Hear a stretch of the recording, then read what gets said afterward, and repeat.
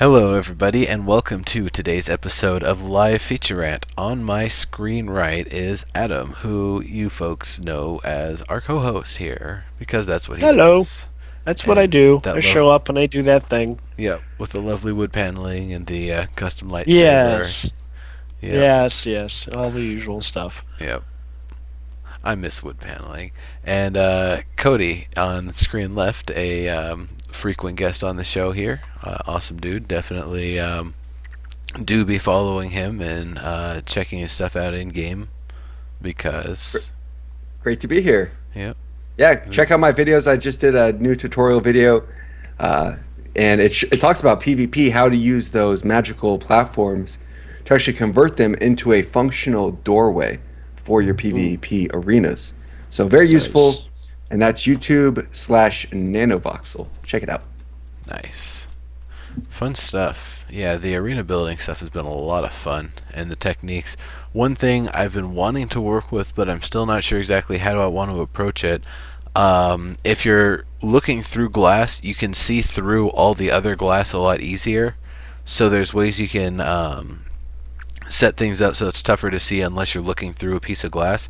Same thing with water. If you're submerged in water, you can see through all of the water throughout the rest of the arena. So if you put sheets of water to block visibility throughout the layers and you have different pools here and there that you can dive into so you can see what's going on above, it can create some really interesting effects.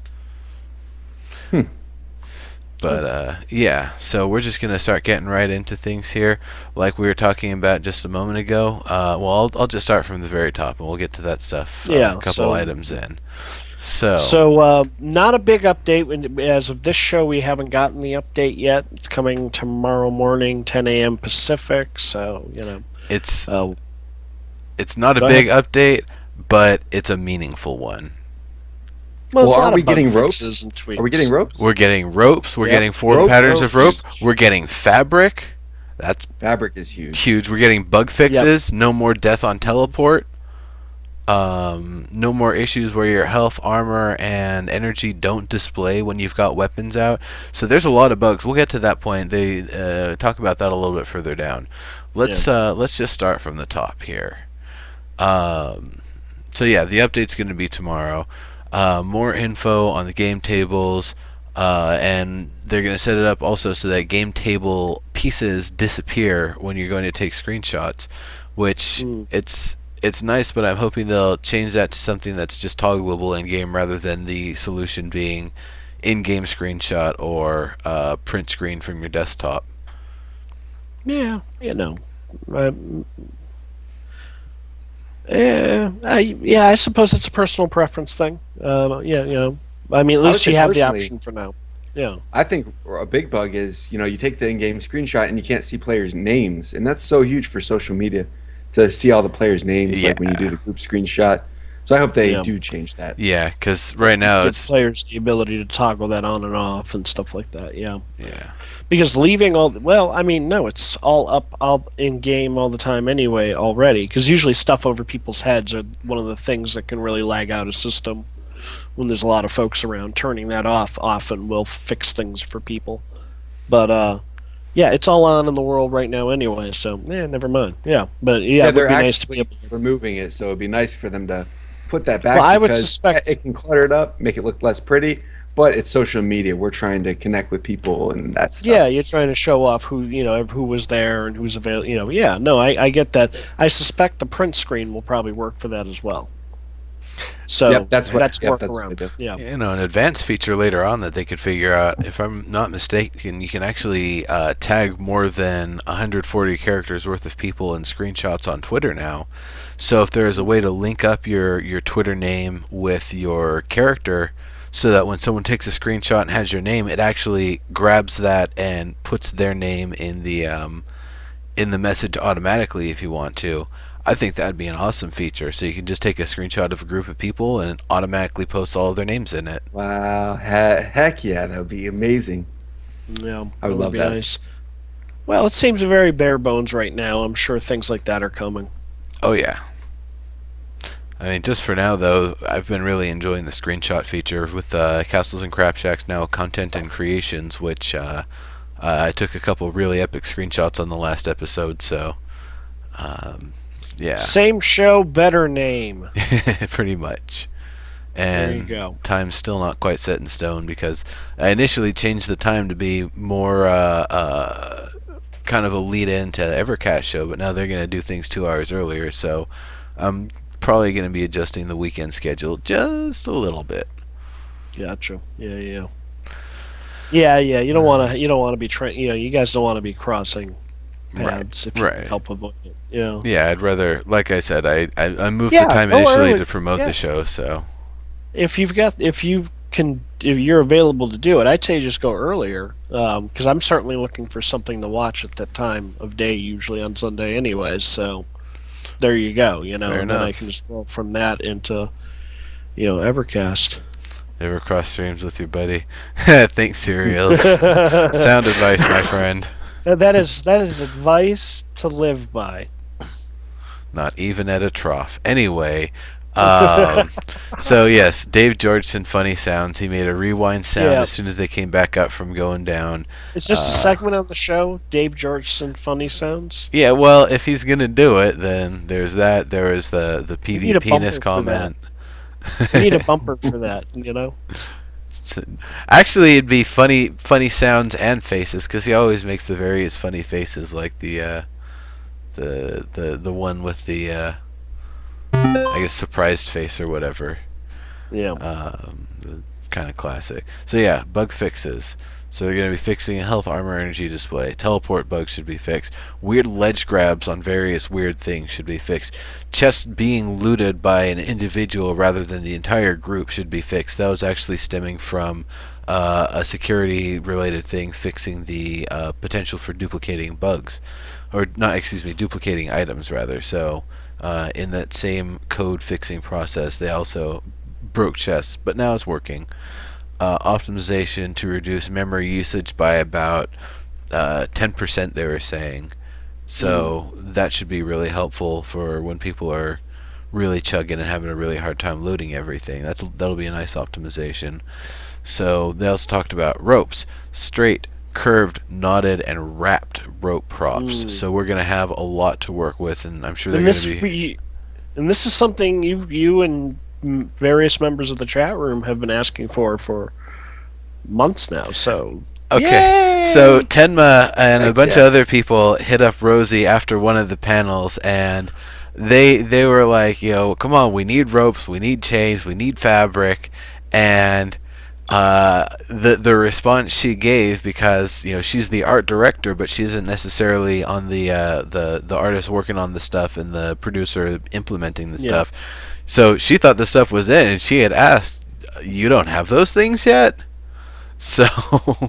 Yeah, So yeah. they got on it, and now we've got rope. Especially, we need Well, it what for kind the of carrots. ropes are these? I- Did you guys get any information other than that they're just ropes? No, they didn't even post the pictures. They said they'll post pictures of them later today. And I've got Twitter up, so I'm watching to see if anything goes up. in Now, the near I'm future. curious if these are going to be static props. Are they going to be animated? Are they going to be like two hubs or two docks, something similar to those PvP platforms where you can connect a rope and maybe it hangs. You can adjust how far it hangs down.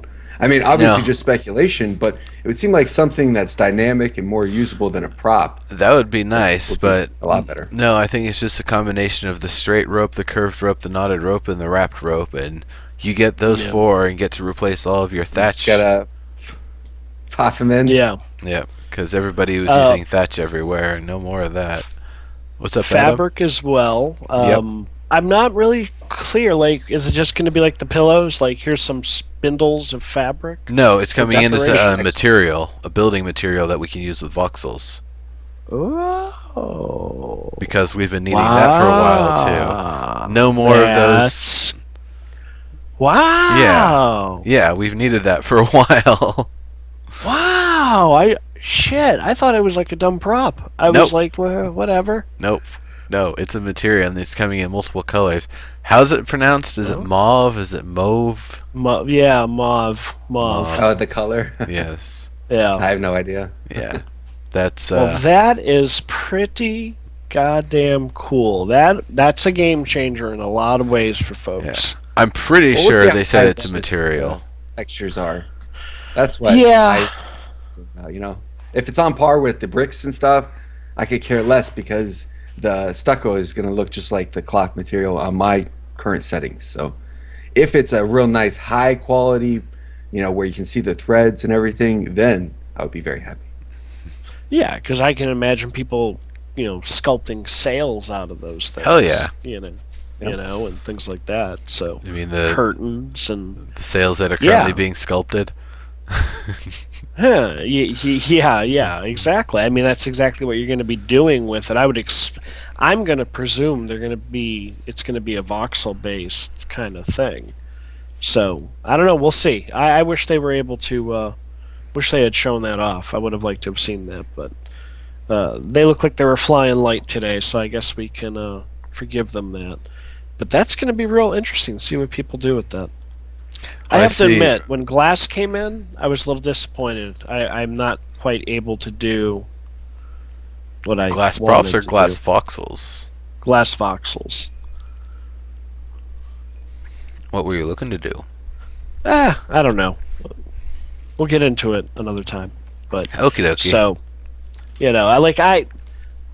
I was not expecting the glass to look like I expected to. I think I was expecting to have multiple types of glass. Like I need frosted white glass, I need frosted pink glass.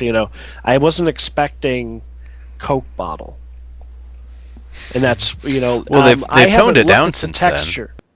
I have not looked at it. I've been so like, all right, how badly am I running here, standing on the steps of my structure Yeah. to go downstairs? I probably should. But anyway, so I didn't mean to sidetrack. It's just I hope the fabrics work out the way people are hoping they'll work out because that could be cool. Well, I saw on Timma's show, one of his guests, I was just looking at my Twitter, I couldn't find it, but one of his guests was doing a tutorial on how to make curved voxels for curved sheets and things like that.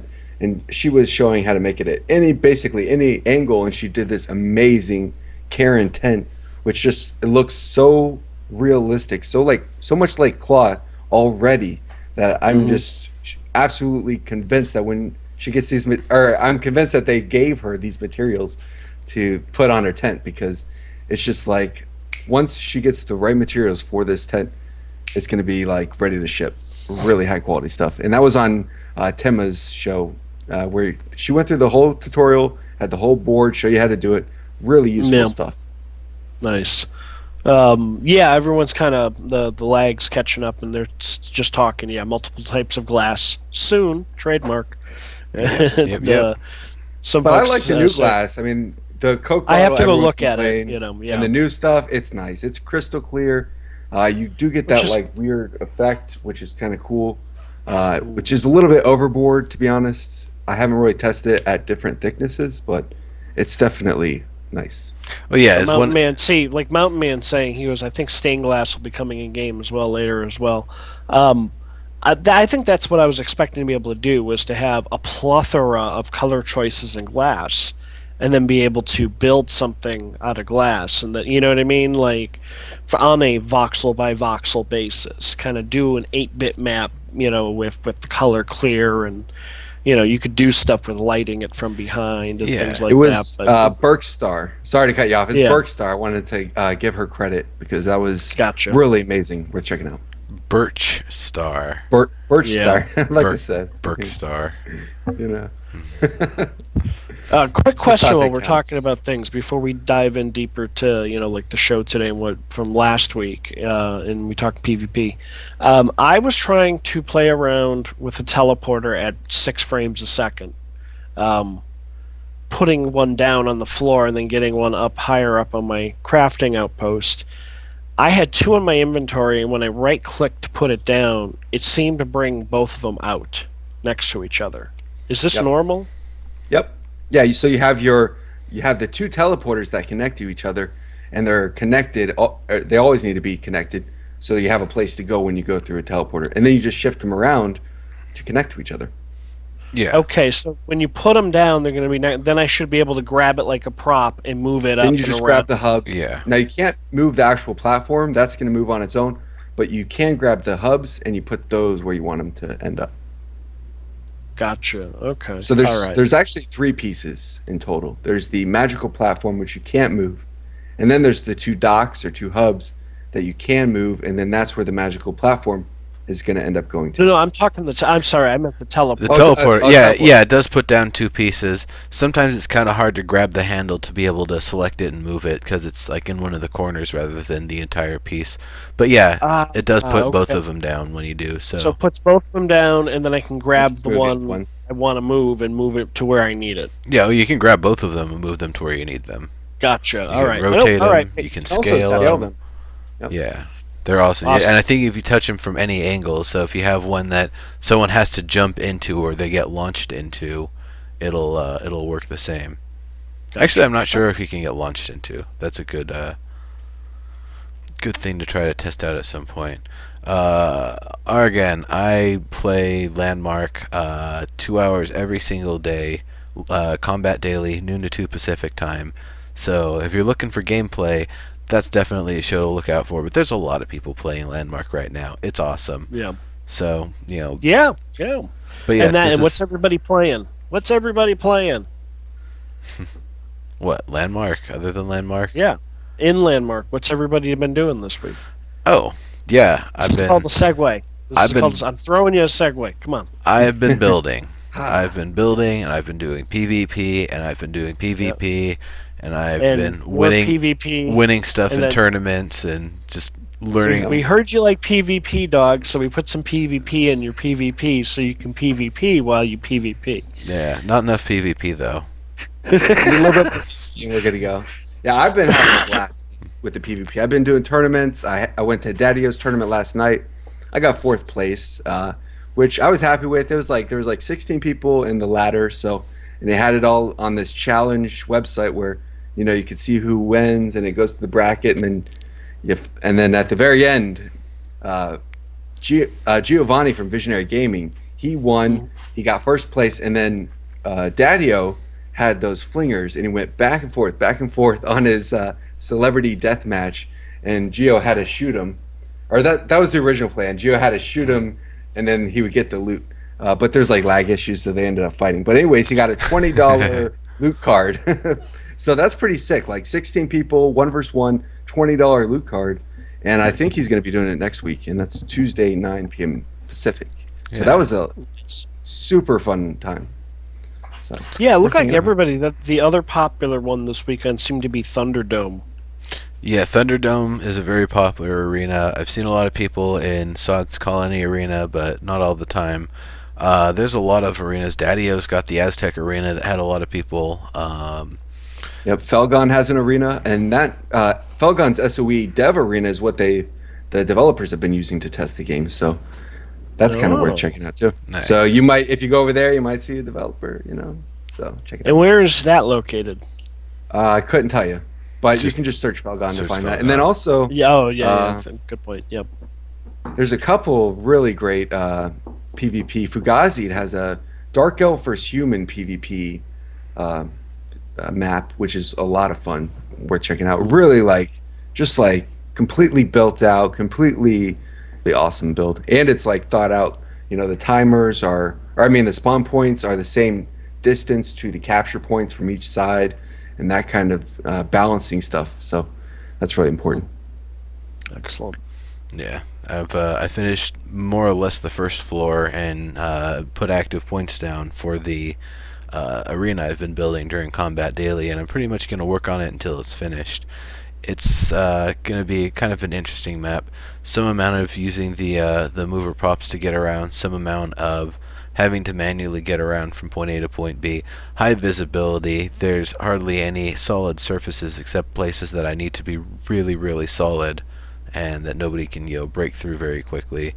Other than that, yeah, it's going to be a lot of fun, I think. And even the current version of it right now, it's just called Combat Daily Arena. There's 4 claims of it because it's a 2x2. So should be a lot of fun. probably tomorrow we'll test out the current iteration and see how it goes, and then kind of go from there. So, next week they've said we're going to get an active PvP search feature, so we'll be able to find battles that are in progress rather than having to just use the chat channels. Yeah, Q3 DM17 was a lot of fun. I would have liked it maybe if there's a pool of water underneath, so that way, and some teleporters, you can get back in the fight a lot quicker if there's issues. Or otherwise, some way to make sure that you splatter when you fall, rather than falling all the way out of the arena, because that's kind of the issue with that place. Is if you fall, it's not so much that you die as that you leave the arena and somebody else ends up being able to get in. Yep. Well, that's that could be the map maker's responsibility, keeping people in the arena. So, but yeah, why not? Why not just an option to make a force field? Yeah, it'd be a good idea to be able to do that. I mean, that was something that was kind of an issue when I was dueling. I think Serials was the one who kept popping out of the arena during FNFC to get some armor regeneration going, or at least get the cooldown going a little bit faster before coming back into the arena. Min-maxers, can't trust them. They'll do whatever it takes. I still won. I still have it. I went into the grand finals, the final match, and then I got the initiative, but didn't switch off the sword quickly enough and let the other person get the initiative with the staff. And after that, it was not as acceptable. So. But I was able to. It was a very simple arena, and most of my tactic was start with the sword out because the highest armor. If I spawn on top of them, if we spawn in the same place, start hacking. Actually, first I would get that stun and then start hacking because I was able to do that really before anybody could respond. And then after that, it would be assess the situation. If they're using a sword, just hack them down. If they're using a bow, just hack them down. If they're using the staff, hack them down as much as I can. But once I'm below 100 armor, or getting close to it, switch to the staff because I'll be able to finish them off way quicker with it. Then, if they spawn on the other side of the arena from me, either at the beginning of the battle or after I'd taken them down once, I'd use the bow, sniper's mark as quick as I could, and use that quick shot to just keep them away and be able to keep them from even being able to counter with the bow until the sniper's mark wears out. And by that point, I've recovered any armor. I'm probably recovering my health, probably switching to the sword at that point. Usually it's kind of a bit of attrition to try to get my health back up before really getting after them again. So there's been a lot of complaining. I've seen folks really getting kind of bent out of shape over all the bunny hopping, like Diggs is calling it in the chat room.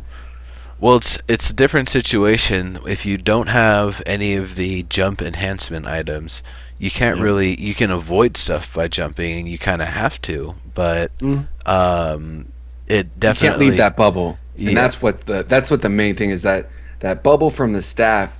If you with the lunar anklet, you can jump out of it and then you're safe. With the other items, you jump and you're still in it. You're taking that extra damage. You're getting the armor reduction. Basically, you're just screwed. Yeah. See, and I knew this. I was saying this early on when everyone was. What was it that everybody got their panties in a bunch over the portcullis? And I was like, but no one's screaming rape over the lunar anklet thing. And I'm like, sorry, poor choice of words.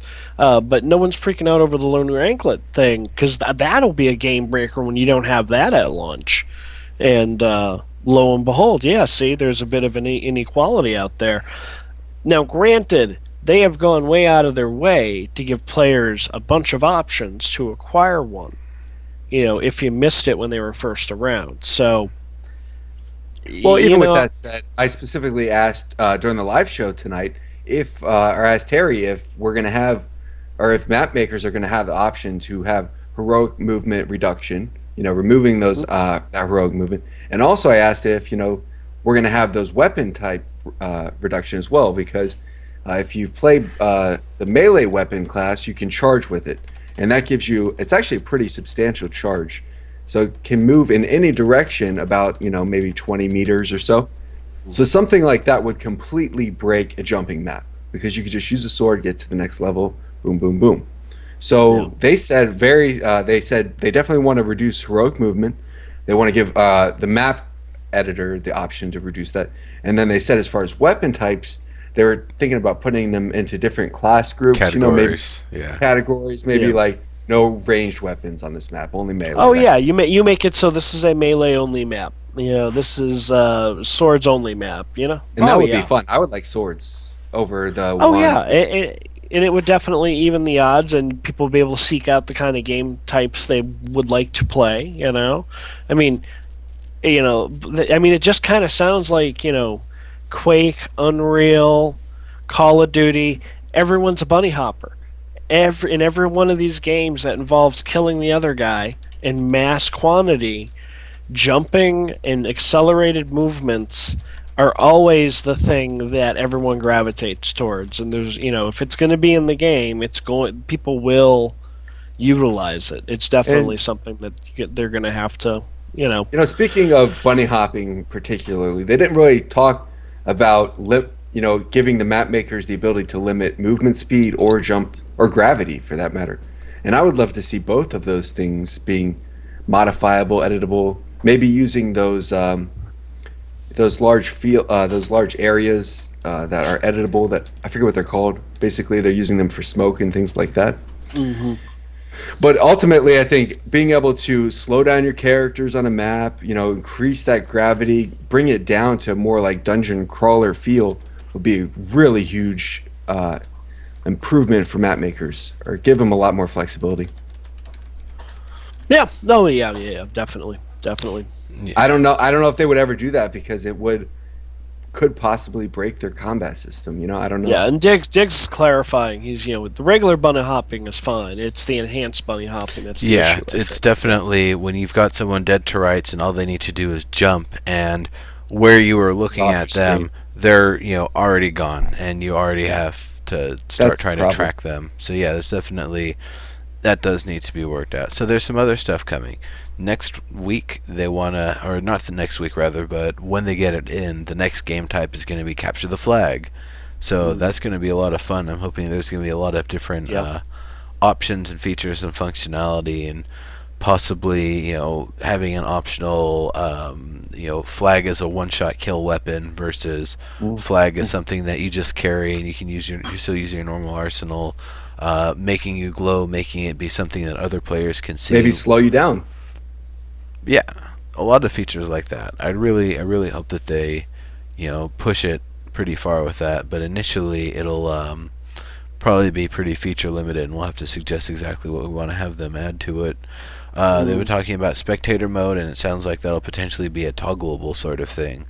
Yeah. Um, No, spectator, that just sounds like you're gonna be right now when a game is going on. You can't jump into the battlefield and right? look around without being a part of the battle, right? Yeah, Gotcha.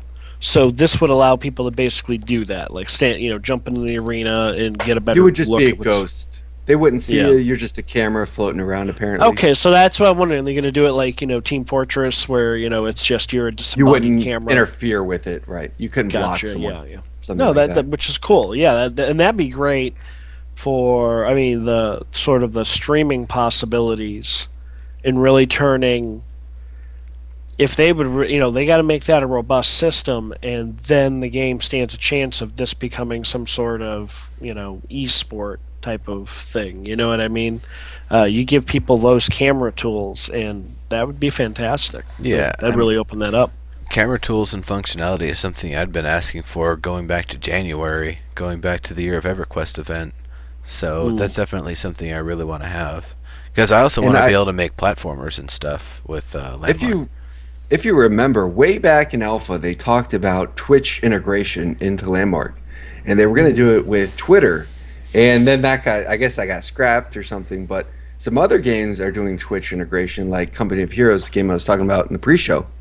No, And they I'm have sure a- the Twitch integration's still coming. I suspect. Yeah, I'm that's sure still- it's coming, but I mean, it's really, you can just click. You don't need any software. You just click a button and you start streaming from the game. So I could really see that being an integrated part of Landmark, where you don't have to have OBS or all this system. You just and you go.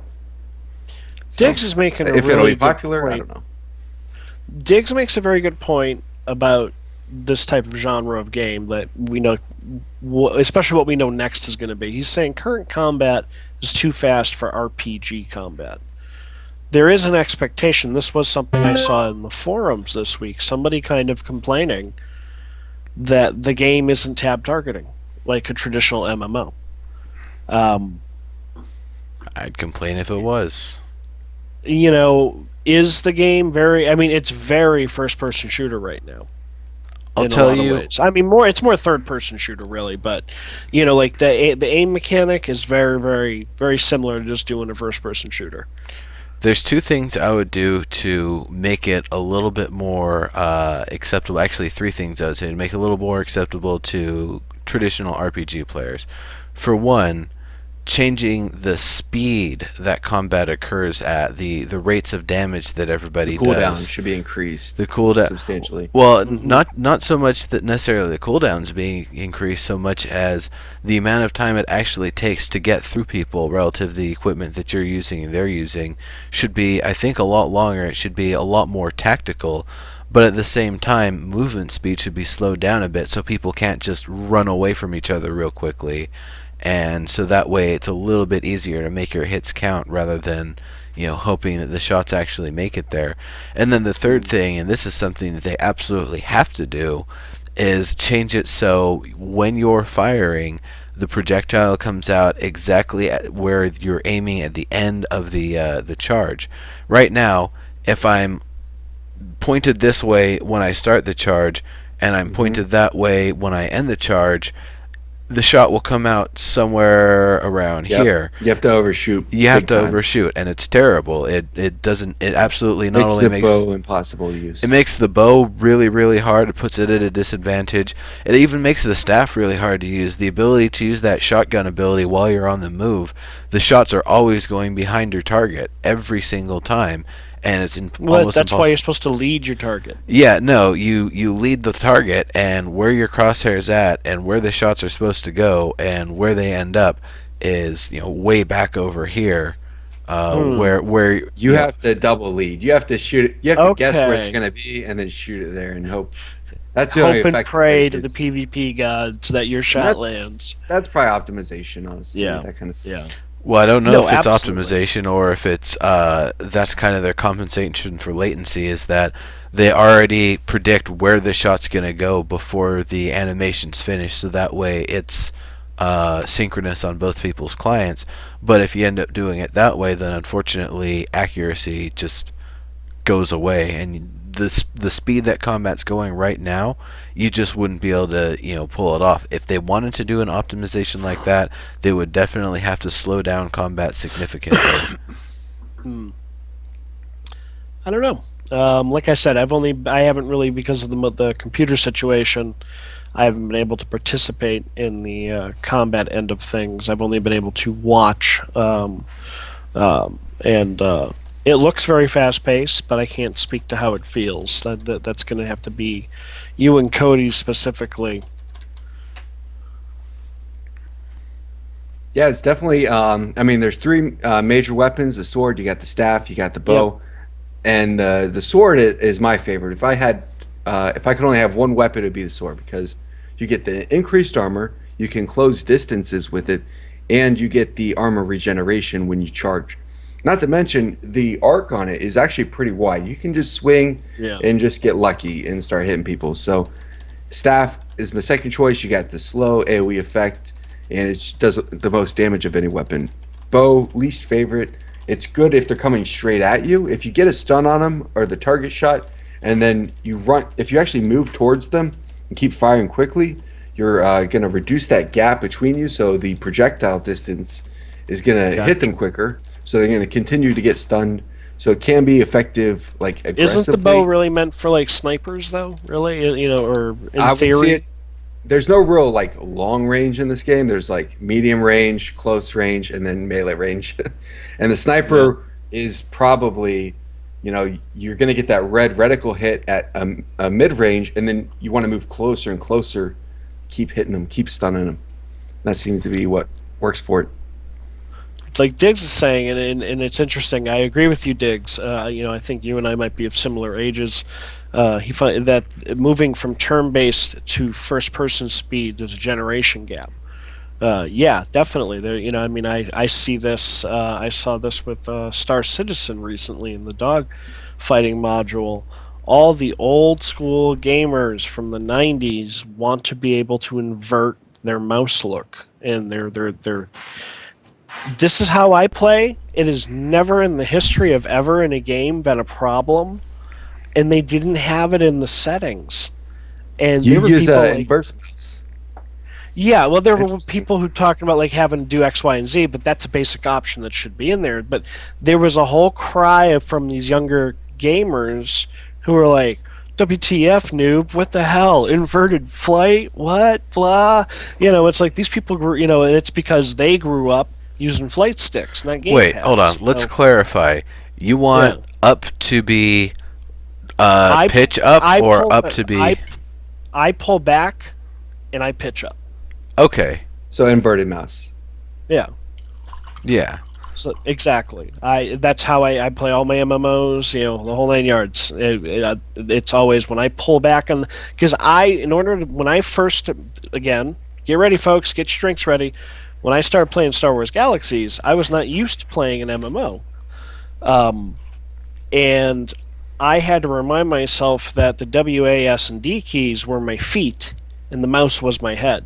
So the natural logic in the back of my brain was, well, when I want to look up, I tip my head back. So that's why I pull the mouse back to look up. So anyway, I didn't mean to dive into a huge discussion on inverted mouse, but the point was with Diggs that yeah, there can definitely be sort of a. It depends on what you were exposed to growing up, or what have you played, and the game styles have changed over the years, and there are players like myself or Diggs who have been through a whole bunch of genres and eras of Sure, gaming. even the Alt to Tab or Alt Tab got switched to tilde in Yeah, Landmark, and that's like a building key, and that was a huge thing for people. People were yeah. mad because you get so used to something, and then it changes on you, and it's annoying. Mhm. It's frustrating. Like imagine now suddenly, like imagine they instead of the W, A, S, and D keys to move around, they made it like the I, O, P, and L key. People would be setting the forums on fire. You would be like, Yeah. "Wah!" So yeah, it's just always better to have more options than less. But yeah, Mhm. there's definitely, like I said though, there's all. I brought up the question not because I necessarily feel that way. I'm playing other MMOs that have very Twitch-based combat. The Secret World does it pretty well. They still have tab targeting, but you still have to aim. Like, it's just to help you pick out, like, I'm hitting that guy. It doesn't, other than with range when your back is turned. Like, you have a handful of things that'll have an auto lock, but the rest of it is you still have to be aiming your reticle in just the right spot for the damage to hit, which is I've seen it in several MMOs. I'm just kind of WildStar does it as well. Their combat is very much like that, where it's very Twitch based. I guess Twitch based is a better way to put it than first person shooter, because it's really not a first person shooter, not by the strict definition of what they're doing, but it is definitely Twitch aim reflex based combat. And I agree with Diggs. There's a lot of people who, well, he's not saying it, but I'm gonna. There are a lot of people who play MMOs because they can't play Twitch based games. Now, granted, Landmark and I'm sure Next will have a whole lot. Well, hopefully Next. This is a concern now. Landmark clearly has many other things to do besides combat. It's not just about PvP. But if Next is nothing but this kind of Twitch aim, must have proper aim to land your effects, that may cut out a segment of players who are Absolutely. not either physically can't or are just too, or Mhm. older. Just don't want to do it. A lot of people just don't want to do it. They want to roll dice, and they want that to be I their wanna combat I wanna system. kick Yeah. back, or I wanna be able to feel like I can relax, or they want. I've seen people complain and cry wanting an old mindless grind back. Why? Because they got used to watching TV while they played EverQuest, Mhm. and they want to be able to half pay attention to the game and Yep. invest time in the world while still doing other things. Yeah, I had a That's long not a reason discussion to about hang on this. to that. Yeah, there's not a Well, reason to hang on to that gameplay. All right, let's kind of get back on. We got a lot more notes and stuff to go through here. well, real quick, Oh, you God mentioned forbid capture we the we flag. were having an interesting discussion, but all right, fine. You're mentioning capture the flag. I think it would be cool if they had some kind of push the cart game like from Team Fortress Classic, where you push the Yeah. bomb along a track. I think that would be a great prop to put in. A lot of fun. Yeah, and just to wrap it up, like Dick's saying, but he likes some of the combat stuff, but he still wants to see more of the RPG strategy, and I agree. I'm kind of with that, I especially like for the next. dungeon crawl stuff. This is Yeah. more a concern for next, not a concern for Landmark, obviously. Um, but yeah, something to think about there. You may not, or you may want to have an option where, like I've seen games do this, where it's all right, we can turn on tab targeting, but you're going to miss a little more often to make I up for would the fact. I would be perfectly fine with that if they Yeah, wanted I've some kind seen of that. tab targeting that maybe reduce your skills a little bit. Yeah, Fine. exactly. So if you're like super uber and your aim's just right, great. But if you need to rely on sort of tab targeting for handicap reasons, or you just don't play those kinds of games or whatever, but I'm sure they've got something in mind. Nero, move us on down the road. What's next on the agenda? Now I actually want to say something on the subject of. So in the No, context that's how it works. in the context of Landmark, I think the biggest thing is going to be for players who think combat is too fast to continually ask for features to make a combat system that's in the style that they really want. And that's going to be the biggest thing is we're going to be the ones asking them for the features. They aren't going to automatically know what people are going to want, especially if it's something that a lot of people want because they feel that they're not able to compete with the current system or simply don't like the current system or want to have, just more options in general for what they can do. I'd love to be able to have a system where I can actually assign classes and differential armor values and potentially 1, 2, 3 items on the hotbar that you're kind of locked into while you're in the battle. That's the sort of stuff I would really love to have because and even be able to earn currency for what you're doing during the game and purchase things between rounds, kind of like Counter Strike. Because that was actually the game Legends of Might and Magic, a fun game that I played a while back, one of 3DO's last games before they went under. And it was basically an 8v8 fantasy kind of Counter-Strike sort of game. There's actually a lot that goes on with the Landmark combat system that very much falls in line with what Legends of Might and Magic had. Like the staff is basically a combination of kind of two abilities that more or less existed in Legends of Might and Magic. So it's definitely a game that I kind of use as a model for like how to make almost a like a fantasy first-person, third-person shooter sort of thing, and keep it very much to the theme and style because that's really what they did, and they had a lot of fun with making that game. So it was actually one of the first games I made a mod for. Actually, they're not mods, but in-game maps. So that goes back a long, long Very way. cool. I love the Counter Strike game system where it forces you into that perspective mode, or yeah, spectator mode, I should say. So it forces you to like sit back, take a minute, rethink what you did, kind of go over your match, instead of just like in, combat, and then you learn nothing. Whereas opposed, you get sit back and you watch people, and it paces it out for you. Whereas other games, you get burned out on them so quickly, or I do anyways, because there's just so much intensity, and there's no like sit back, relax, heal up, like in EverQuest 1 where you sat and meditate and get your mana, look through your Yeah. spell book. That kind of time is important. That pacing is important, and games like really kind of just leave it out. And there have been and I know this sounds silly, but there have been times where I've been logged in to many of the MMOs I've played over the years for hours on end, just studying like, okay, what am I going to do at this level, and like really honing in on Theory how you wanted crafting, to build sure. your. Yeah, and doing nothing more than I'm standing in the pub, in the corner, dancing to myself, while looking at an interface in game and occasionally chatting to someone in guild. Yeah, being able to have that sort of the depth to it, that an MMO requires, to keep you Masturbation. interested. Yeah. Oh, I wanted to mention Portivar's PvP map is one of the top rated maps, and I went and visited that. Really worth checking out Portivar's. So, Okay. really cool person, by I the way. Also, think I and followed on that one. I can't remember. Which one was it's his? I can't I can't describe it off the top of my head. Sorry, but it's a really good PvP map. Check it out. Nope. I'll look it up. Portivar, right? Yeah, Yeah. yep, Portivar. Check it out. I just want to mention Spoko 305 said in chat that they want mob pulling back, where mobs aren't linked together, so they could have skillful pulling like they had back in EverQuest One.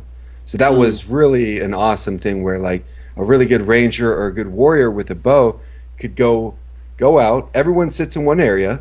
They would go out across the map, find the mob that they wanted, shoot them, and drag them all the way back to the group, and then that's where you would spend 5, 10, 15 minutes fighting one mob that would give the loot. Yeah. And that kind of system was really I had a lot done of that in Star Wars Galaxy's Drink.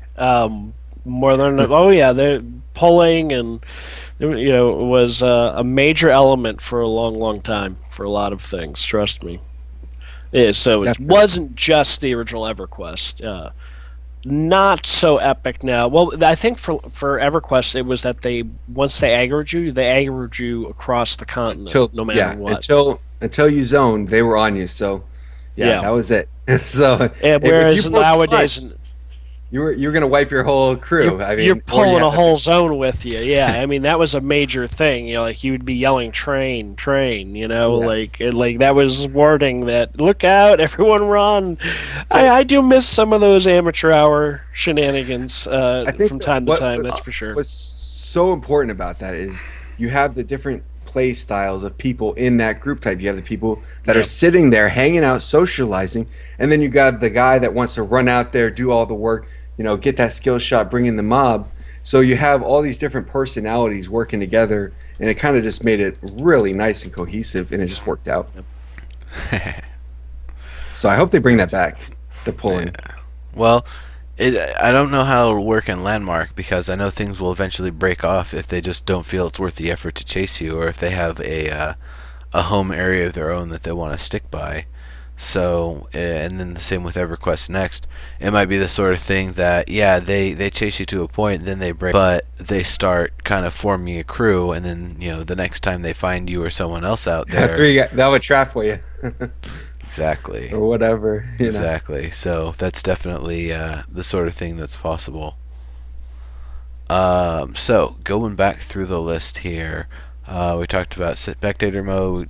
Klug and the team are working on multi-threading. So Yeah, good so stuff. hopefully in the next few weeks we'll see something happening with that.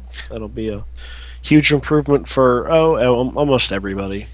No, pretty much everybody. I don't know who wouldn't be able to get an improvement from it. Yeah, if you're currently running Landmark in any capacity, even if it is just at one frame a second, yeah, multi-threading should help.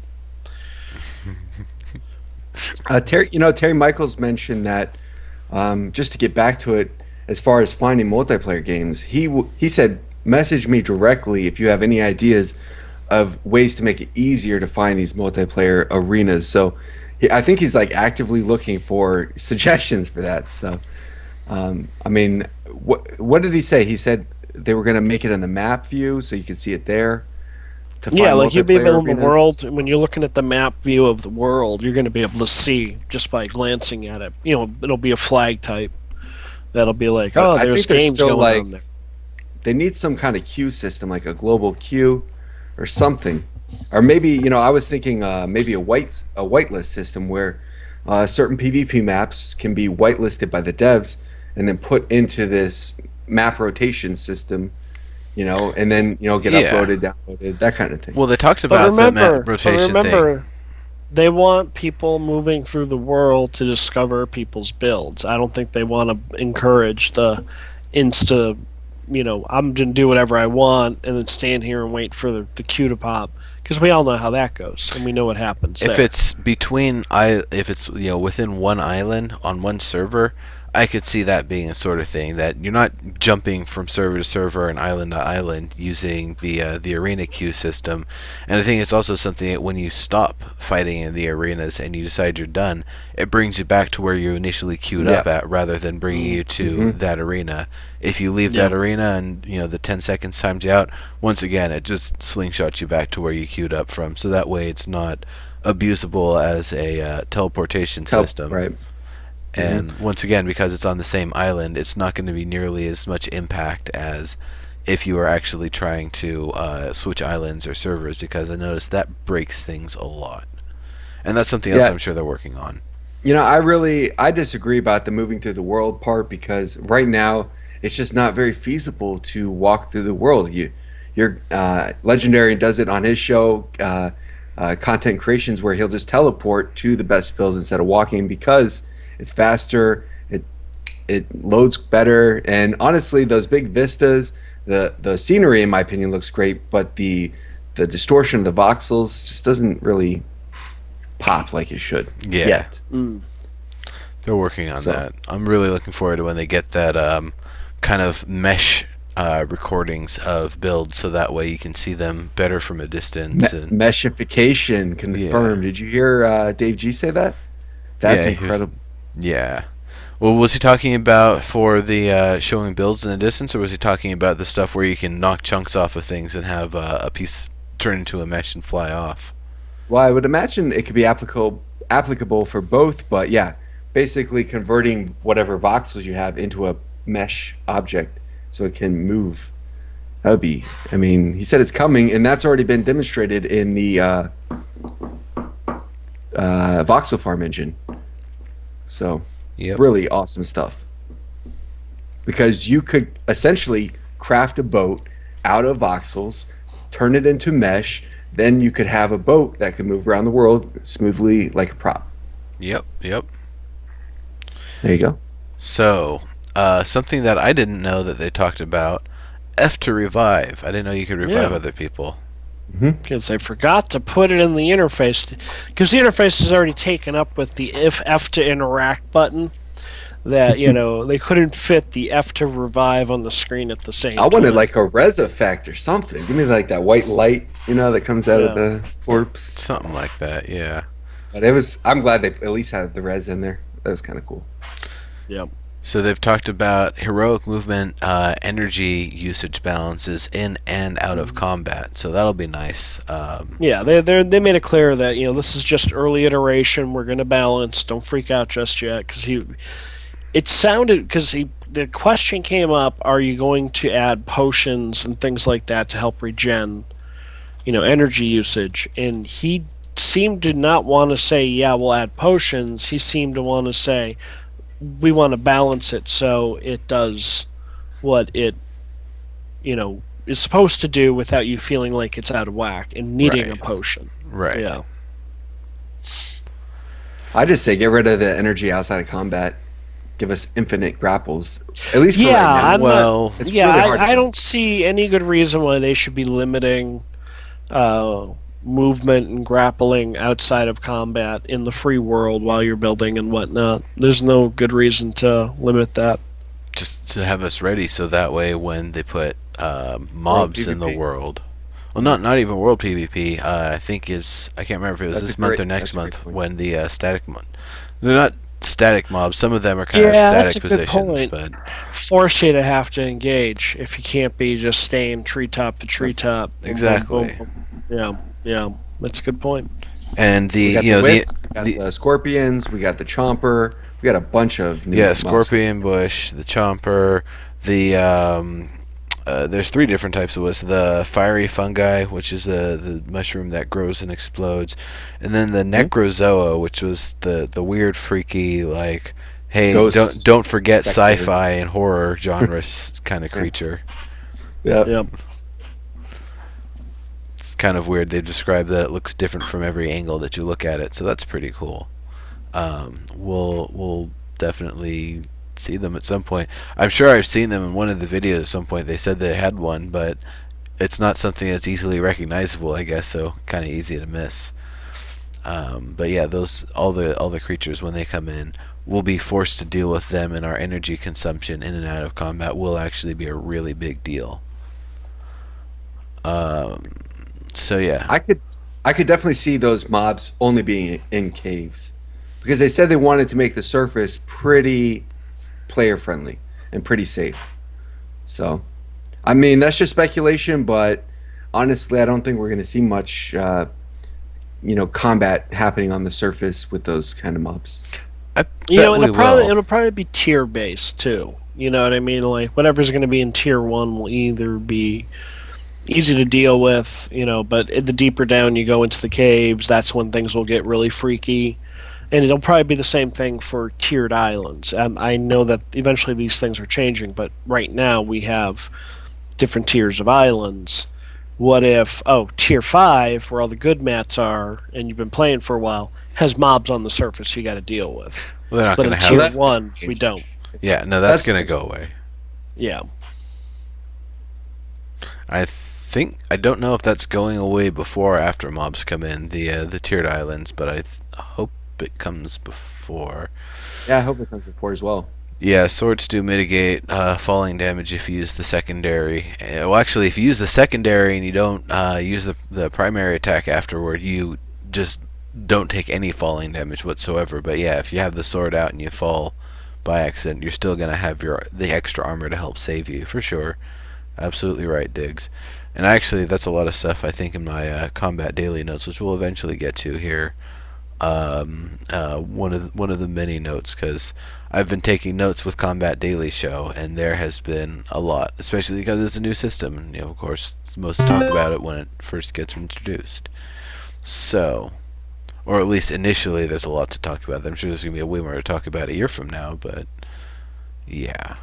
So, or even a couple of months. So the revamp to the upkeep system, more notices, more chances to deal with stuff, methods to make it easier to pay for it and keep your maintenance done.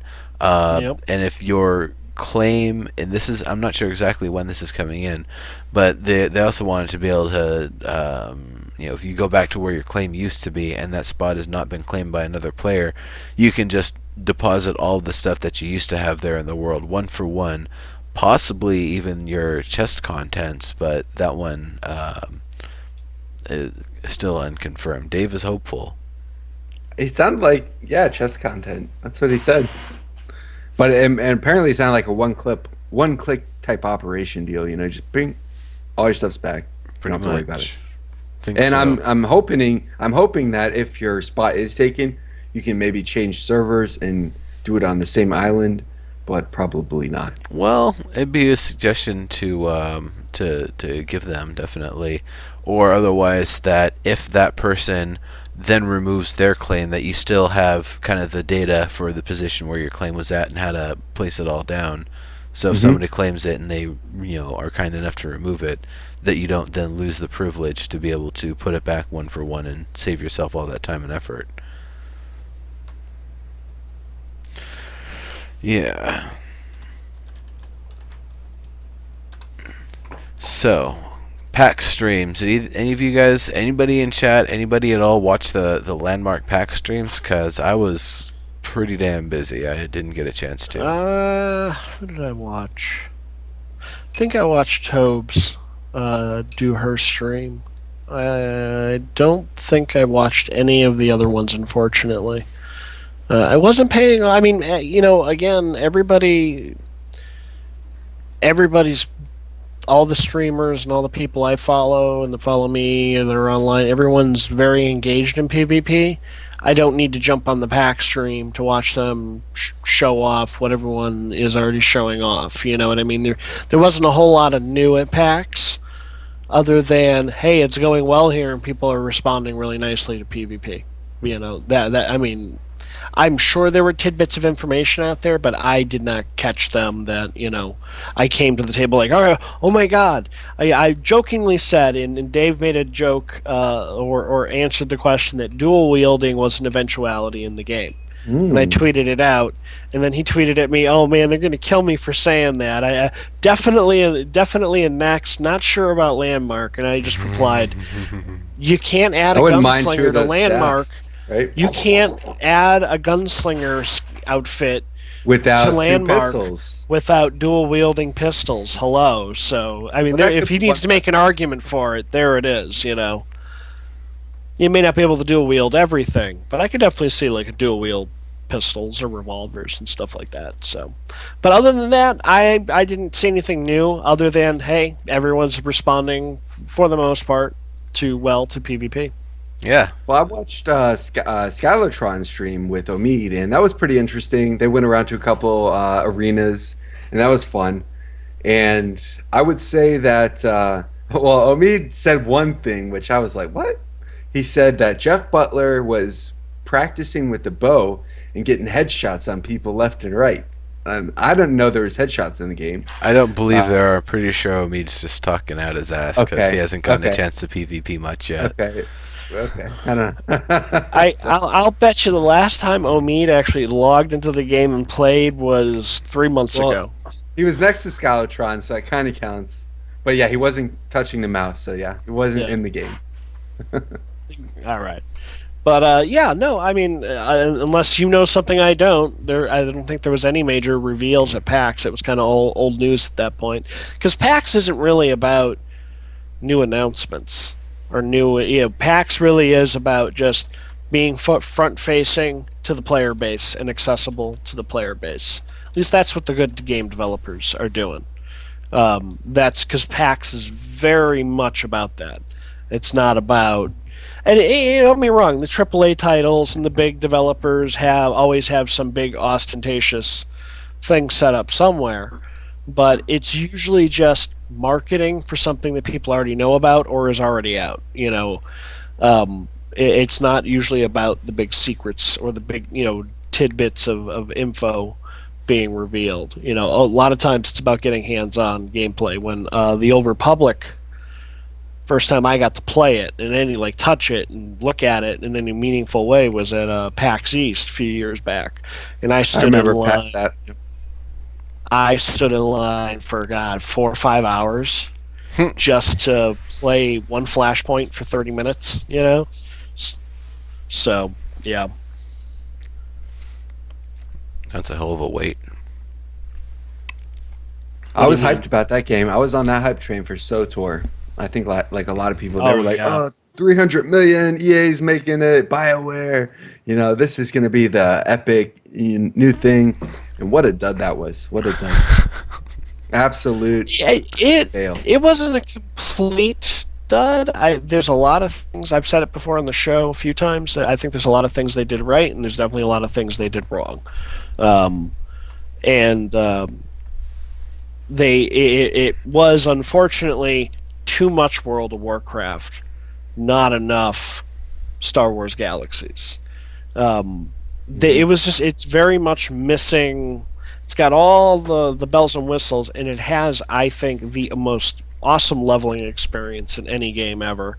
Because I'm not into mindless grind. I loved having that BioWare style storyline for my class. That was Yep. neat to have that The narrative leveling tied. experience was really good. But Although man, it when you felt hit it the felt kind of cap, solo.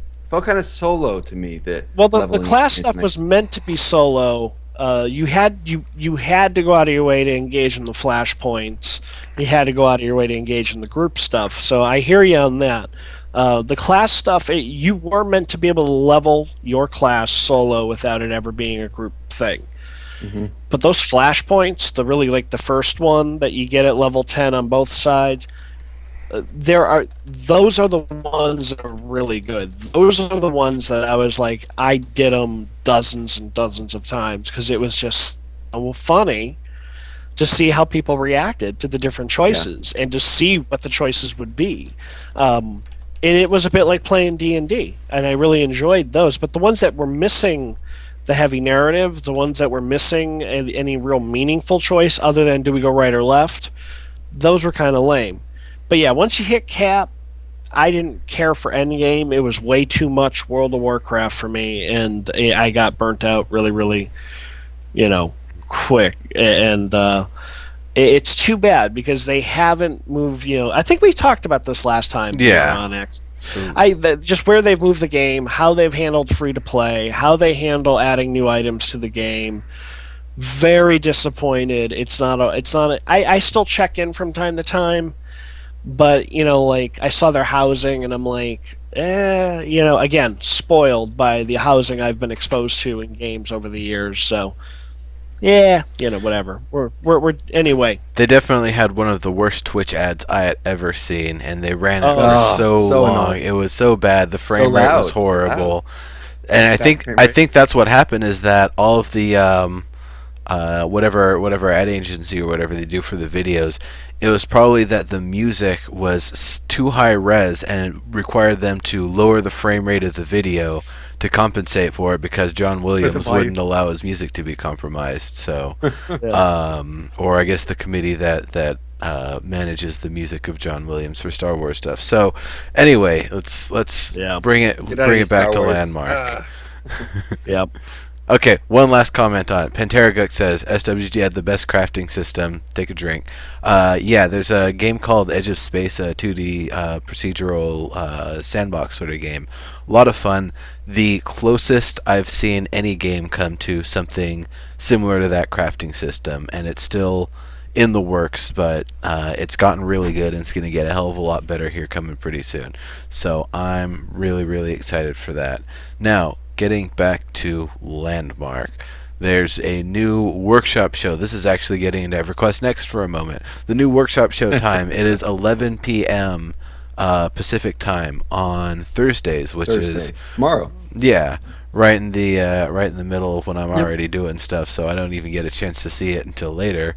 But yeah, it's great. They can run it as long as they want. They ran it for an hour and 15 minutes the first time. They can run it for 2 hours. They can do a marathon they had been And talking about. they said they were going to do 24-hour stream. They want to do this. They said, tweet us, get us to do this. They want to do it. I want them to do it. And they said they would actually go around in game to all of our PvP builds and all of our Karen builds and everything and talk about it. So start tweeting Rosie and Jeff about that. Yeah, because no, that's they can awesome. sign me up. that. I'll do at least like 4 to 8 hours of that. They can just go and take a break. Heck yeah. That's just what I do. That's content and creations right there, basically. It's 11 a.m. It's actually really early in the morning. Yeah, yeah, it's 11 a.m. It's an earlier show, And and that's for the EU people, so they have a chance to have a conversation with them because I think like a lot of the builders are EU. I'm not sure, but there's like at least 20-30% that are not American. That's for sure. That's a big chunk. yeah, I'm glad they're definitely making sure it can get out to everybody for sure. Then the other things they're saying that yeah they want to have guests on the show, and it sounded like they're talking about people at SOE like getting Morgard on and whoever, but it doesn't necessarily sound like they would potentially exclude people from the community. So I might see about coming on and helping give some feedback to the when they do the final run with the Karen stuff before the contest is the contest entry period begins. I would love to be able to go on for that because once Yep. again, that's what I've been doing with Castles and Crap Shacks and now content and creation. So it'd be, Well, they called it deputizing. They would deputize community members to give or feedback to other people about their builds and stuff. If it's like on style guide, so like they're gonna say this guy is deputized to be, he is a Karen deputy. He can give you Karen feedback. And that's a pretty great idea. shot the sheriff, but I didn't. Anyway, Yeah. So the obvious things. Claim management, actually the one less obvious thing rather, claim management's been upgraded. If you open up the menu to look at your claims, you can manage them a lot easier. You can, deal with your screenshots and stuff just fine. You can select them from the list a lot easier, see what's going on with them. All the tagging and all of that sort of stuff. It's a lot better than it was before. We were kind of last week unsure of what to expect with the interface because of how vague it was explained, but the new claim management interface, I would say, is definitely a step in the right direction. I except for the problems that have come with it, right? So they got rid of some of the tabs, which is great. So you can like now play your upkeep on the main page, like you said, but the security is on another tab. And then the issue that they did discuss is currently if you give permission to someone on your claim, you can't revoke that permission, at least in some cases. So you need to be very careful about your permissions right now until they fix that issue. So don't like give people permission thinking you can revoke it at some point, because right now you can't. So something to be concerned about. And they mentioned that, so it's just like right now it's your claims are a little bit vulnerable, I should say. Mm. Well, there you go. That's that. So Yeah. keep it. Just don't give out permissions to people you don't trust. Yeah, At basically. least until they get it fixed. Yeah, and hope Because that the they happened to permissions. me. So Hope that the permissions that you have given out aren't going to bite you later. But yeah, That's why I just don't give permissions to anybody ever in any game ever. and then you're okay. yeah, that's the I'm your easiest way to friend. I do just it. want to decorate. No, that's okay. I'll do my own decorating. Thank you. Yeah, Oh, it's so much fun working with people, though, especially in I a had, game I like Landmark. had. Here's a nightmare scenario for you. Star Wars Galaxies. At one point during the game crafting system, you could modify your clothing with skill tapes. They would add stats to your character, and if you added X amount of skill tapes for lightsaber experimentation, it would give you like an extra point, like 2 or 3 points. It was something ridiculous at the time. For some reason or another, someone had befriended me because they had seen me around playing the game for years, and they got to, oh, you're around. I've seen your house. It's near mine. Blah blah blah. Well, I have a lightsaber crafting suit in my house. I'm going to put your name on permissions to be able to borrow the equipment whenever you need it. Just go on in, go get it. And occasionally I would slip, shit, I need to make a new lightsaber. Okay, I'm going to sneak in. I'll sneak in, make, drop it back off. Apparently, one time I forgot to put the stuff, like I had done an inventory dump in the house, and you know how that goes in the game. It's everything just goes You in have a all those pile, boxes. Yeah. and it's just literally just sitting right there in a pile. You got your spices in one room. Exactly, you know what I mean? It's just all sitting, and I had not taken the items out of my inventory and put them in the proper bag. Right. I had left them in my inventory, and like 2 weeks, 3 weeks later, I'm getting tells and hate mail from the other person who has admin on the house.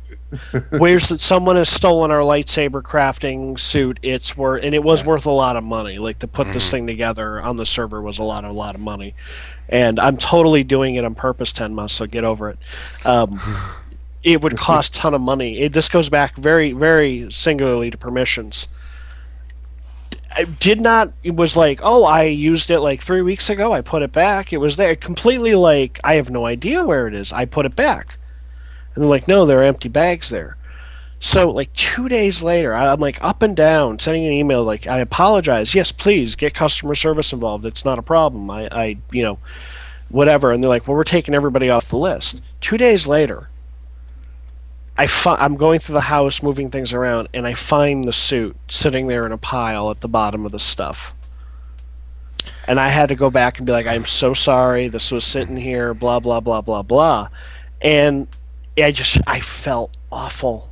so You know what I mean? Awful. And I explained what happened. And like 4 months later, the person who had added me, who owned everything, was like, it was a mistake. Don't worry about it. It's cool. But even when I never ever in the history of ever went out of my way to like not let people have access to things that were valuable to me in the game, people would still, like I found myself in the worst case situation just because someone was trying to be nice. Well, I think You that know, it's kind of having that vulnerability creates more interesting relationships with people, creating that trust, saying, yeah, you can have access to my claim in Landmark. You can destroy everything and take all my resources if you want, if you so choose to. And it's like, so it creates a bond of trust. Like, oh yeah, where I mean, other you've got games, to totally. when there's nothing on the line, what does it matter? But when there's something in the line tangible that's going to be sitting Absolutely. there that someone can steal No. every day, that helps. That And helps in create this that. case, That's materials and whatnot are all a huge time sink for Ultima people. So Online is something else I would bring up as something because you didn't have any ownership permissions. Like what you own was basically what was on your character that another player hasn't stolen off of you or killed and looted from you yet. So yeah. it's owning a house, you could lock it, and I don't think someone can pick your lock. But if someone did get in your house, I believe they could pick the locks on your chests. So it was a Just take combination. everything. Yeah, it would be as many traps as you wanted to put in front of the chest, trying to trip the person up before they got there, plus a trap on the chest and the lock, and just hoping that, that's going to stop them if someone does somehow get in your house, that they're in stealth right outside your door waiting for you to open the door to sneak in right before you come in and lock it. That sort of fun stuff. But yeah, let's so I definitely agree that the permission stuff is going to be important to have them fix, but it'll be fixed. This is the month of fixes and updates and optimization and all of that sort of stuff. And oh yeah, I forgot. Yeah, Terry with his face all clean shaven is He gets married and the beard gets chopped off. There you go. That's yeah, that's what happens when you get married. yeah. Babyface Terry. He looks So good though, man. I'm glad he shaved it. it works. Yeah. So we've got about before I want to start doing the wrap up here. So let's hit up the combat daily notes here. Now now, what is this? Don't now, aren't you already doing a show about the combat stuff? yeah, this is actually I have notes that I post every day from Combat Daily, and this is pretty much it. Just to kind of go through and real quickly kind of touch on some of the various different subjects and just different observations because I felt like that was giving me the easiest way rather than coming to the show here with like 5 paragraphs of my dissertation on the combat system or whatever. So arena builders are going to need a lot of template space and material storage increases because the thickness of things. We're not making things that are hollow anymore. We have to make things thick. We have to make them Well, sturdy, especially because dynamite and we can't turn it off. well, let me just preface that with saying one thing. I should have said this earlier in the show, but there is a material that is indestructible, and that's the Lumicite. So if you're a builder out there and you're looking for a protective area, or maybe creating a border that's indestructible, use Lumicite. It is expensive, but if you use it in like small quantities or whatever, great opportunity to, vary your build and obviously make those walls so people can't cut through them and stuff. Good to know. Yep. But of course, that means you're also using Lumicite. So if you want it to look a certain way, or Glass not is have it glowing destructible. there, yeah, glass is highly destructible. I cut through that stuff and through all sorts of arenas. In fact, the arena I'm building right now to get to the capture point in the middle on the bottom floor, there's about a 5 voxel thick rectangle going all the way around it that you have to smash through from one side or the other just to be able to actually start the capture process. I love that idea. Having to cut your way through, that's the time delay. Yep. That's Well, that and there's also the various different entry points. It's going to have a lot of close battles where someone is just like, "Come on, I hope they don't notice me," or people. Yeah. It's also something that it's a very staff-friendly area so far, but the swords are going to be a necessity to start breaking through, making your own holes, especially breaking through in the very middle. So it Oh yeah. forces people to use the sword if they want to be able to maximize what they can do in the arena. Well, you can always bring out the dynamite if you're lazy, and Yeah. if you're like talking about the map that you have, that would give you a huge advantage in the beginning. Throwing dynamite, destroying that wall, jumping through, getting to the capture point. Yeah, I mean there's walls you have to get through to get to it. There's at least 3 different sets of walls before you'd even be able to get to it, and then in the process of going around to it, the other team will definitely come to you the same way. There's also a few launch points and capture points kind of up above and to the sides between the team spawns, but don't need to get into too much detail about that. So proximity mines are great for creating areas that can be traversed but not owned by anybody. So somewhere that someone's just Mhm. going to run by or it's somewhere that there's a launch pad and you can land there and maybe fire off one shot, but then you have to get the hell out of there.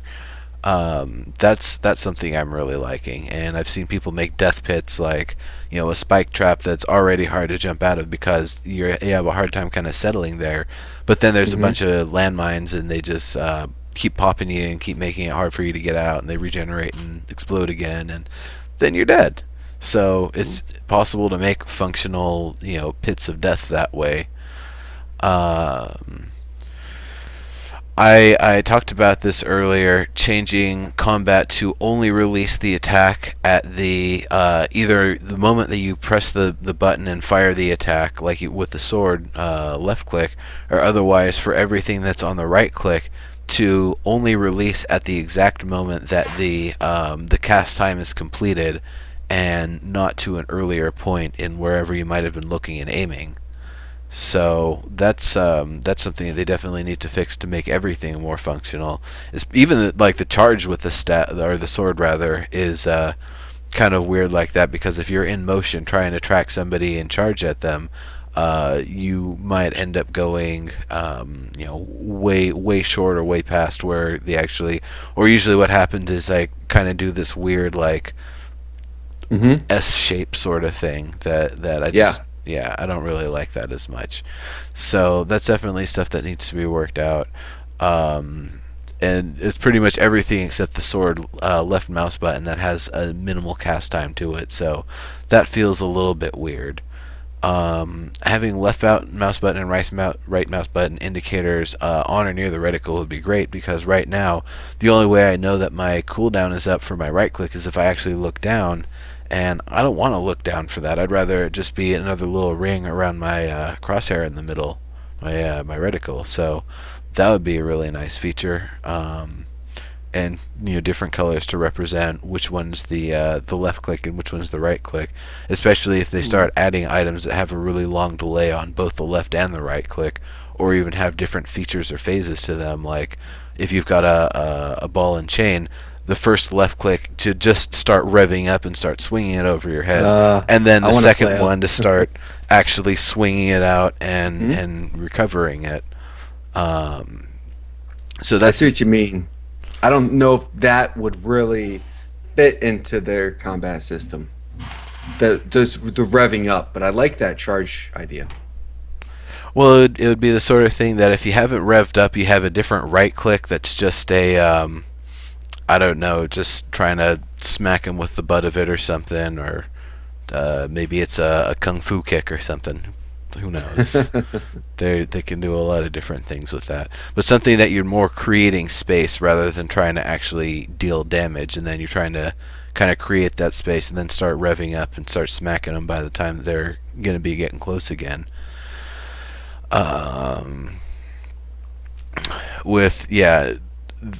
With just the naked PvP, no extra accessories or trinkets, weapons are really well balanced, not only between one another, but against the different types of weapons. It's once again the charge time, launch position sort of thing. Once that gets worked out, I think everything will be pretty damn balanced, and give everybody pretty much equal footing, just using what weapon you need for the situation.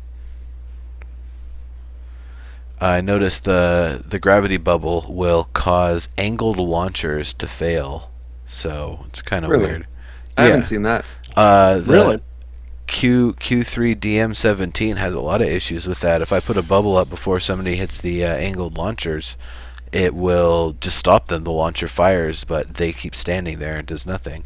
By the way, I'm going to do the draw for the raffle here, because I know everybody's patiently waiting for that. So. Could I give you my first impressions real quick, Nero, while you're doing that? Sure. All right, so first impressions of combat PvP, I think the delay between attacks is too short and should be increased pretty significantly. I just think you fire too fast. I think it's like and it's too like active clicking. I think it needs better receive damage animation. So when someone gets hit or stabbed, I think that they need to react a little bit more aggressively so I can see it. And also, I talked to Felgon. He said they want to keep the teen rating, so they're not going to be adding blood to the game, and I was really disappointed by that.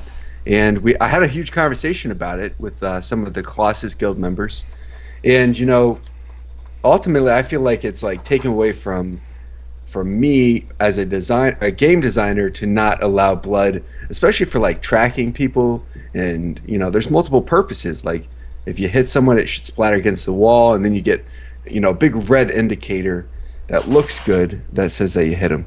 So a couple other things is the right click as secondary attack. I find annoying actually. I would prefer if right click was camera pan, which it is by default. And if they swap that right click ability to a different hotkey by default, maybe like your D key or Q key, that would be a lot better in my opinion. And then I don't know. That starts to get weird trying to coordinate a mouse on or a button on your mouse and a button on your keyboard for. Use it with grappler. Well, no, it's not like you're doing left click, left click and hold, right click and hold, left click, combinations like that. And I think that kind of coordination using the keyboard would get really, really weird.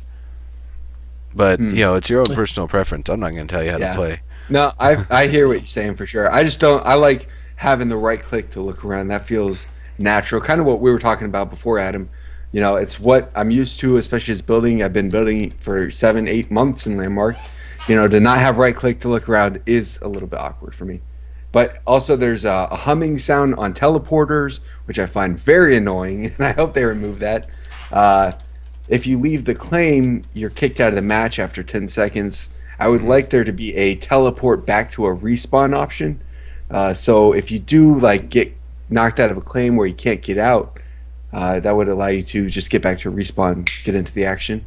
And then also, my last thing is combat feels like it's missing some elements to it. So maybe an active block or some kind of parry or something to use defensively, I think would add a lot to the combat. Some sort of dodge block counter for sure.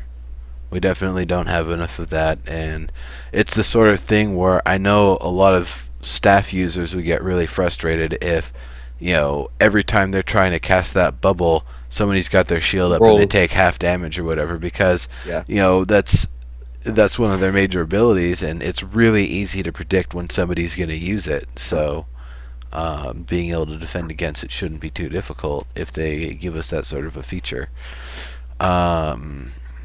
Falling to death, I didn't know if it caused a PvP kill credit or not. It's actually in the rules for the table. What you define for the rules is how someone committing suicide will be assessed in the score. You can't use the blade right mouse button, the charge, off of a launcher unless you do a double jump to break the path.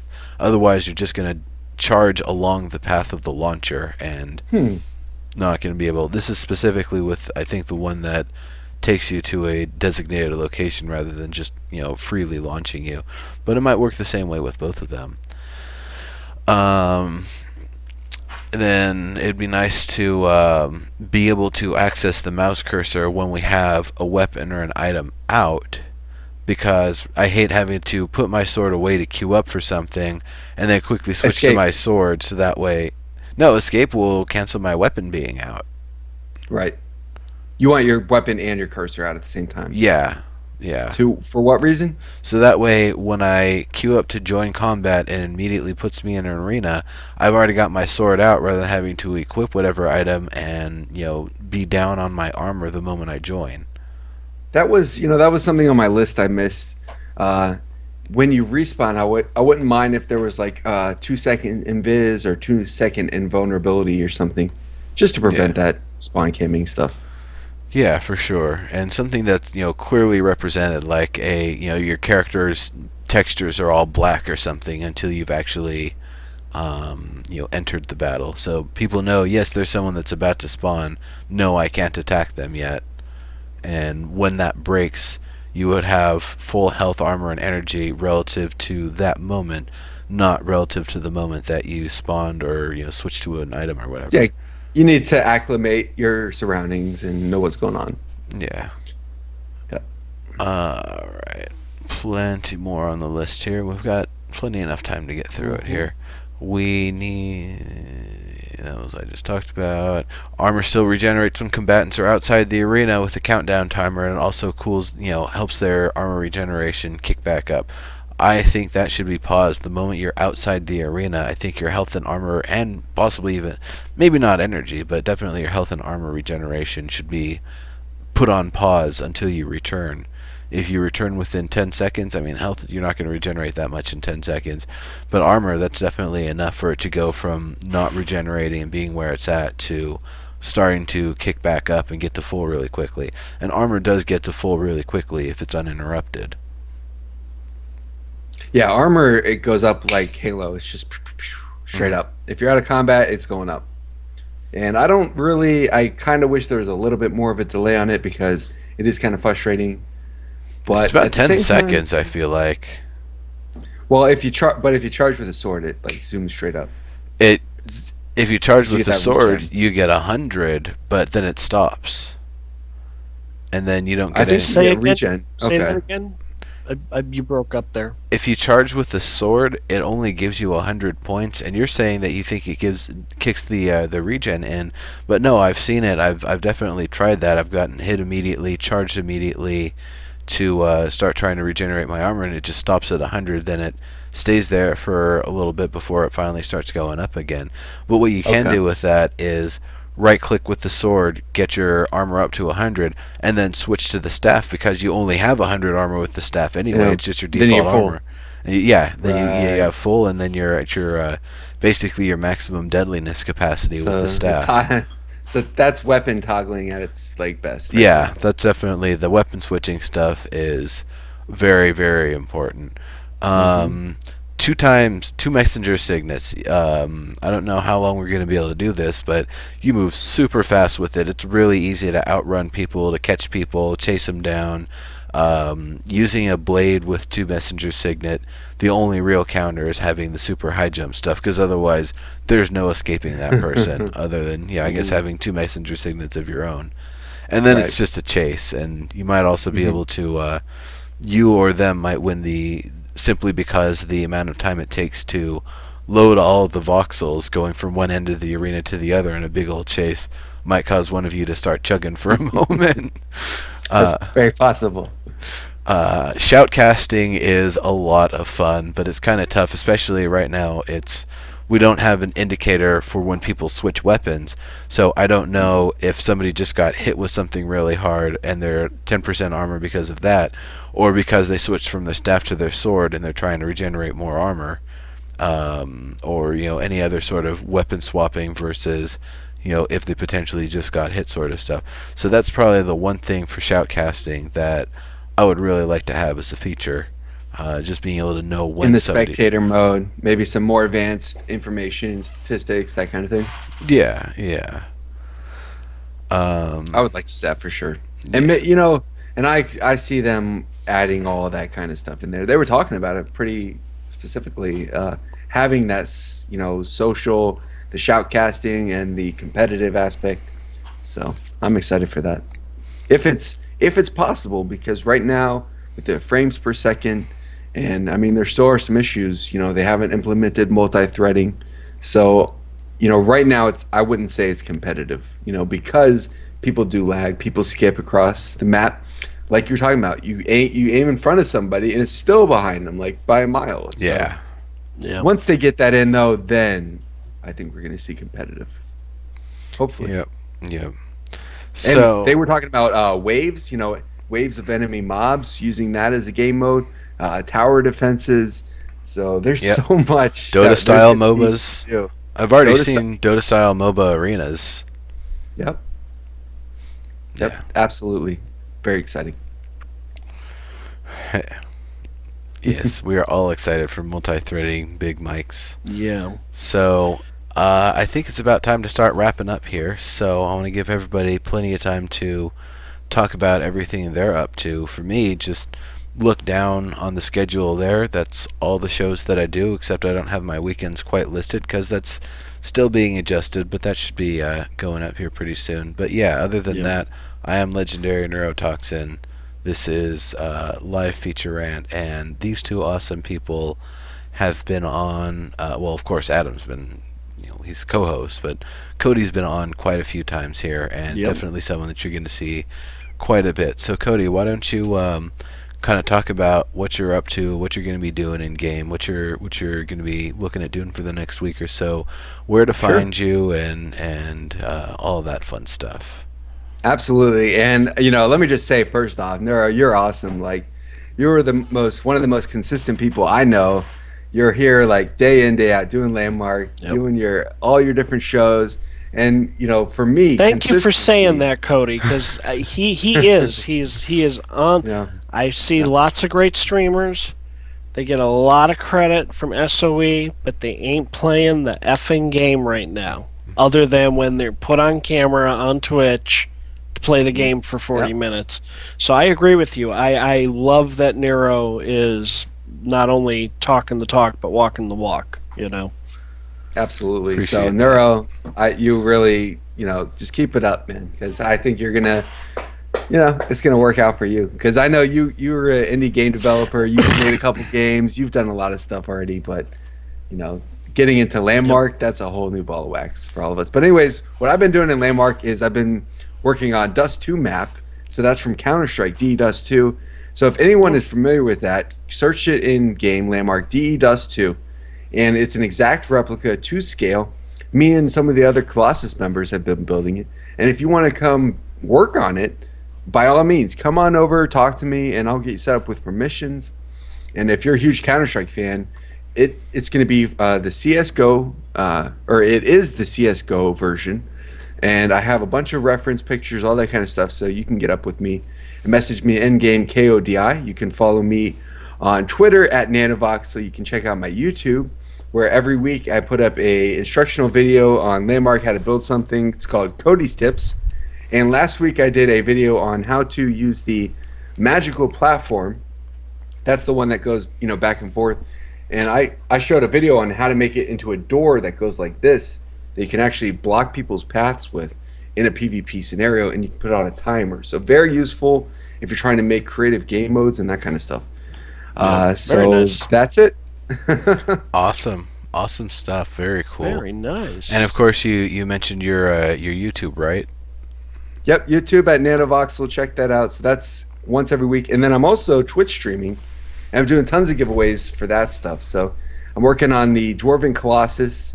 That's been a lot of fun. I've used I've used a extrusion method where basically I created this giant grid in Landmark. I took an image I found on Google, concept art of a dwarf. I put the grid over the image, and then I just painted it, transferred it in game, cut it out, extruded it to make it thick. Then I just started sculpting off the corners. It's looking pretty good. So that's the Dwarven Colossus build that I'm working on. And then I have the Karen Bridge, of course, which is for the Karen Workshop competition.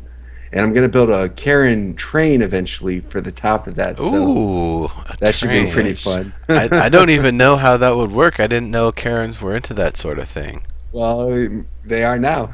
Well, they are now. Hell yes. I'm trying to get it moved forward. Use the legendary infuser as the engine, because it's got that nice copper brassy look. It's got that steam coming out, that Yep. kind of steam distillery. So I actually a while back I did like the front of a train using one of the distilleries, and it looked great. So that's definitely, I would say, the way to That's a go great with that idea. sort of stuff. Now then, Adam, why don't you Yes. talk about what you're up to and where people can find you and all of that sorts of fun stuff. Oh, sure. YouTube, Twitter, it's all the same. AT0MXII. Hit follow, subscribe, all that fun stuff. Thank you. All right. So it would be rude of me to end this without a raid, because this is the #1 Landmark stream going right now. We have 100 people. So Number one. before I, Awesome. before I send it somewhere, One. Sorry. Kodi, are you going to be streaming immediately after this? No, I'm not. I'm afraid not. Okay. Well, let's. I'm gonna drink more wine and go to bed. I see that There you go. Infinity of Light's doing some building classes, and I know everybody could use a little bit of extra practice with building. So let's all head over to Infinity of Light's channel, and we will I'll say live feature raid or whatever. Awesome. You'll figure it out when you get there. But I want to She's a see. good friend of mine, really cool girl. Yeah, she is awesome. Very, very, very cool. Well, to Definitely. everybody that came to watch us talk, blah blah blah. Thank you for stopping by. We appreciate it. By blah blah blah, you mean Star Wars Galaxies? Drink. And SOTOR. Yes.